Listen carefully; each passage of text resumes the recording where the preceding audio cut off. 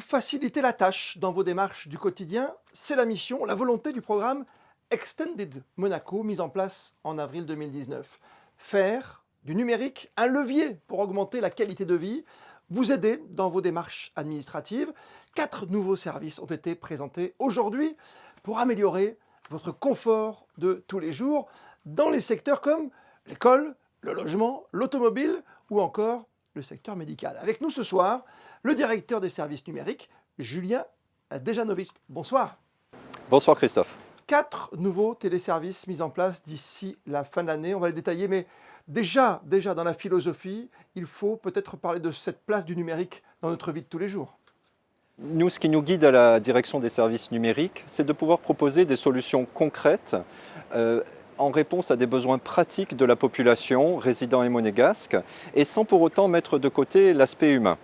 Ce dernier point me tient particulièrement à cœur. J'ai la conviction qu'à Monaco, le numérique sert à augmenter les capacités d'une administration, à compléter ses capacités, mais surtout pas à remplacer des services humains. Là, dans ces nouvelles mesures, dans ces nouveaux services, par exemple, pour nous aider à payer la cantine, on va faire simple. Aujourd'hui, on prend beaucoup de temps, on envoie un chèque. Comment ça va se passer demain ? Nous avons entendu par différents canaux que la démarche de paiement de la cantine nécessitait d'écrire des chèques régulièrement. J'ai un ami qui a 3 enfants dans 3 établissements différents et il me dit « Julien, je dois envoyer 9 chèques dans l'année, il faut faire quelque chose ». Et c'est vrai qu'on entend ce genre de remarques. Alors, les parents d'élèves vont recevoir là très prochainement une lettre qui va leur donner accès à une plateforme numérique et qui va leur permettre soit d'opter pour un prélèvement automatique, soit de permettre le paiement par carte bleue. Il faut savoir qu'aujourd'hui, on traite près de plus de 5000 chèques pour l'administration, en tout cas pour la cantine. Donc là, l'idée vraiment, c'est de fluidifier cela pour les services qui traitent ces demandes et puis surtout pour proposer quelque chose de plus pratique et de plus fluide pour les parents d'élèves. Idem pour les loyers, pour ceux qui sont dans les domaines, par exemple ? On propose donc d'ici la fin du mois d'octobre une application qui va permettre d'embarquer un certain nombre de services pour l'ensemble des locataires des domaines.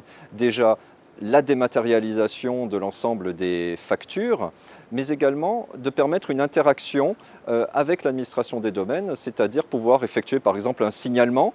Si on remarque quelque chose, une anomalie dans son immeuble, on aura un canal privilégié pour communiquer via cette application avec l'administration des domaines.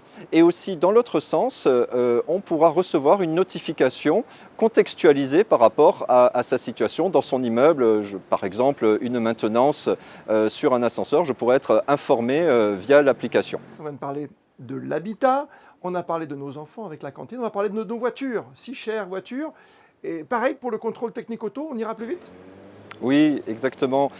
Aujourd'hui, la démarche s'effectue par courrier. Près de 60 000 courriers sont envoyés chaque année, sont échangés chaque année avec le service des titres et de la circulation et les automobilistes pour ce contrôle technique. Près de 12 000 contrôles techniques par an.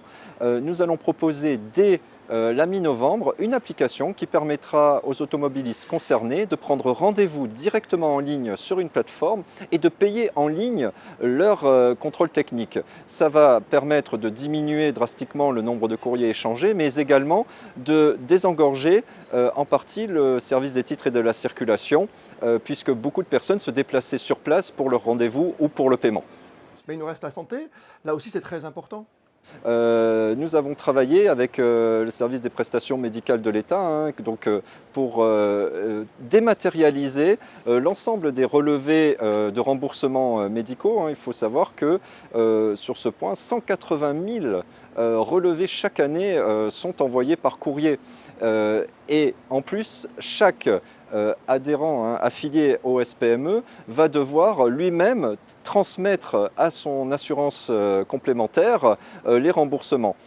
Aujourd'hui, le coût est estimé à 150 000 € par an. Donc l'idée, effectivement, en permettant aux usagers et aux fonctionnaires et agents d'utiliser cette application va être de réduire drastiquement ce coût, puisque chaque personne recevra de manière dématérialisée son relevé de remboursement, et si son organisme complémentaire de santé a signé la convention avec les SPME, la télétransmission se fera automatiquement. Donc plus besoin d'action humaine, on va dire, du côté de l'usager. Le flux continuera de lui-même.